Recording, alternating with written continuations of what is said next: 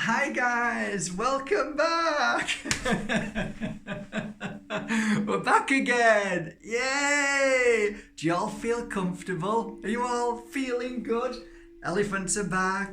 All the little pieces are back. Just treated myself to a Ganesha, solid silver, all hand carved from Palo. That was my special treat. My second treat was up here. See no evil, speak no evil, say no evil. The three monkeys, yeah. And that's it. I think that. They were my gifts to myself. So that's it, really. Oh, it's nice to be back. Hi guys, it's lovely to see you all. Very interesting. I had a stop off at Moscow. Really interesting stopover. I should have been there 1.5 hours, but unfortunately the plane had set off without me, so I had to stay overnight. And it was such a contrast of energies. It was unreal. And if it was anybody else, I think they would have freaked out. But it was fine. It was a great challenge for me, a great test that I needed to conquer within myself. So basically, it was very abrupt. Everything was very harsh, and the way they spoke to me, the way they treated me, it was like they had no time for me or anybody else who missed their flights too through the night. And it was kind of chaotic. It really was, really chaotic. But I took it in my stride and thought, you know what, this is interesting. What are you going to grow? How are you going to grow from this? What are you going to learn from this and then use and utilize along your journey? So patience was one of them. And trying to understand Russian was another. Sign language is a wonderful thing. So the interesting part for me was when I went 3 times back and forth from the desk where everybody was screaming and shouting, and some very spiritual souls with long hair and all the guru outfits were screaming and shouting. More than normal people. And how many times have I said that? These who preach most need to learn most. It was very interesting. So I walked back 3 times and I thought, you know what, I'm going to grab a coffee now just to wake up a bit. So I went to the a little coffee house in the airport and walked up to this guy. And I kid you not, he looked like the world was on his shoulders. He looked like the job he'd got was so stressful that he looked like he was going to burst. The anger on his face, the way he abruptly looked at me like, what the hell are you doing here? And it was like, whoa. I said, hi, brushki. I went, okay. I says, coffee please. Duh. He turns round and starts throwing things here and there and then starts talking in Russian to himself. Well, me being me, I'm, giving him a prize for the most beautiful soul in Moscow award for working at a coffee bar. And in my head, I'm playing out this scene. And I'm giggling to myself as he's getting more angrier and angrier. And he said something when he threw the cup down. I says, thank you so much, Mr. Happy. It's really, really a nice coffee. I'm sure it is. And I took out this piece of paper, which basically meant I could have this coffee for free because they always give you these pieces of paper saying you can eat there and eat there. Well, that was it. It was like all hell had broken loose. So I said, no, it's okay. I'll pay for it by my card. And then he screamed a little bit and shouted. And so I put my card in, and when I paid for it, that was it. And I went to, it's getting interesting, honestly. Hang on. So I goes to grab the coffee, And no sooner did I touch that coffee, I'm not kidding, I actually felt his anger. I felt his rage. And I nearly dropped the cup, but I put it there and I stepped back and I thought about it quickly and I thought, you know what? Go. And I was off. I left the coffee, I didn't touch it. So think about that for a moment.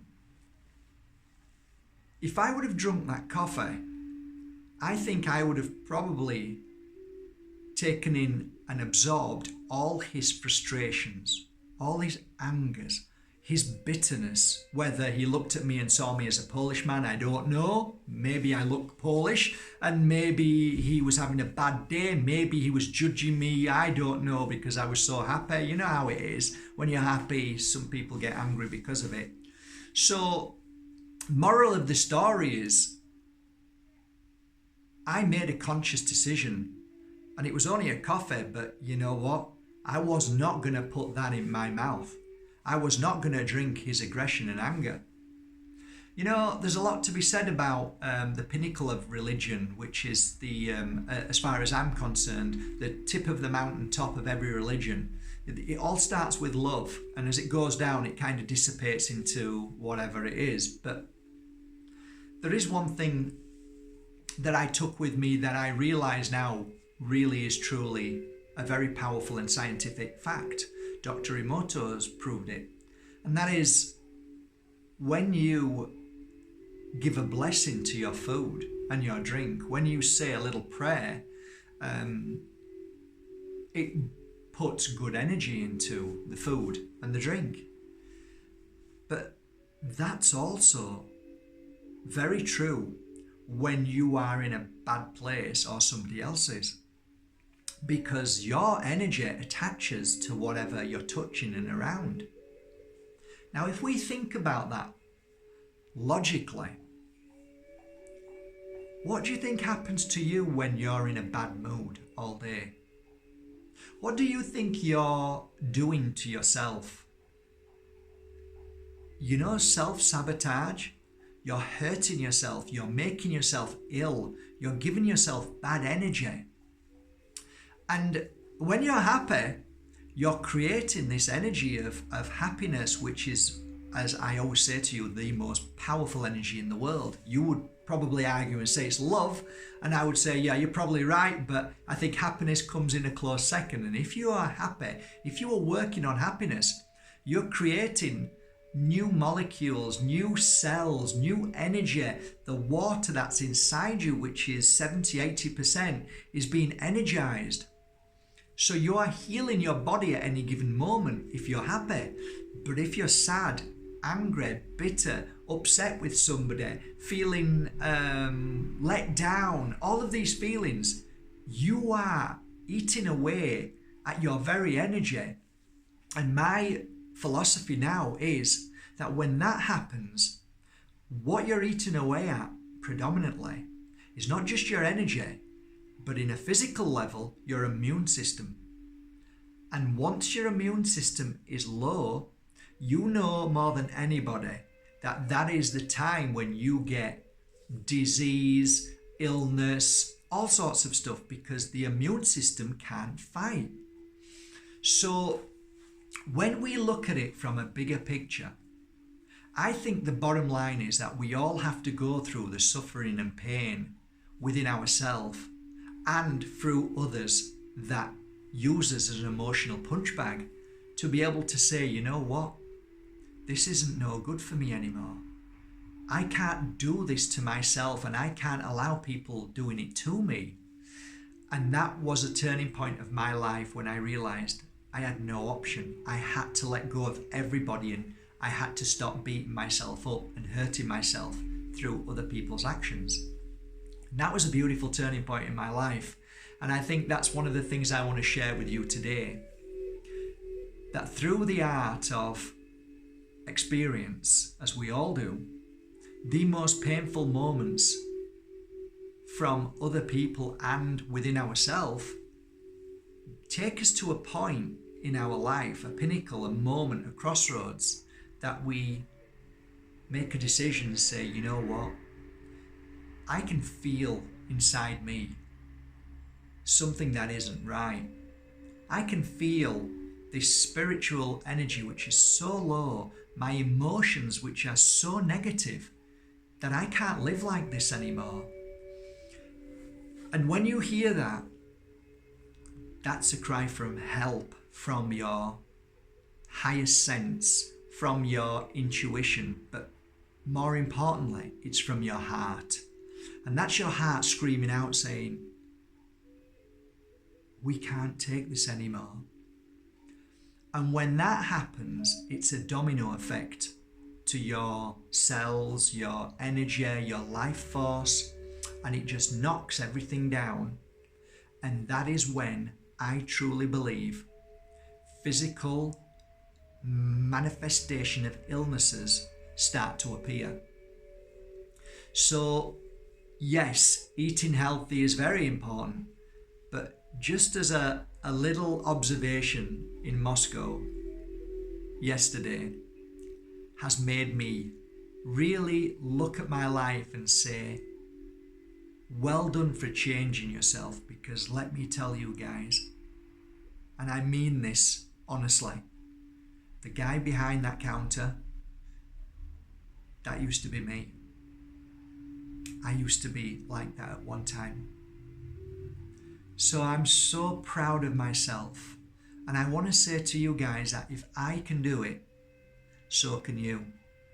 If I could have lived with all of that pain and suffering and thought to myself, I can't ever change, this is me, and I'm here to say you can, then I'm telling you, you can change. And it's as simple as what I've just shared with you today. The acknowledgement of your higher self, the acknowledgement of your intuition, the acknowledgement of your heart saying, stop, enough is enough. And that leads us to the very end of today's topic. And I think ultimately, we have to win the battle between the heart and mind. Okay? So there's your biggest battle of all. So I wish you a lovely day, guys. Thank you once again for subscribing to Mark Bajerski YouTube channel. Thank you for buying the Moldavites. They've just come in again and I'm working on a load now. And thank you so much for the incense sticks you've been buying.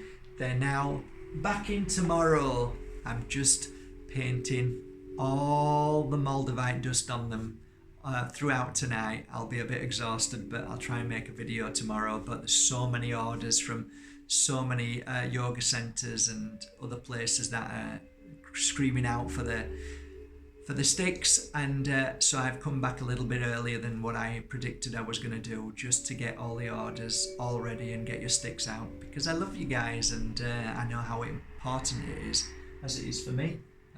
I've just got back and burnt it all around me too, the incense, so I feel great again, feel wonderful. And that's it then, okay? Have a great day from my heart to yours. Take care.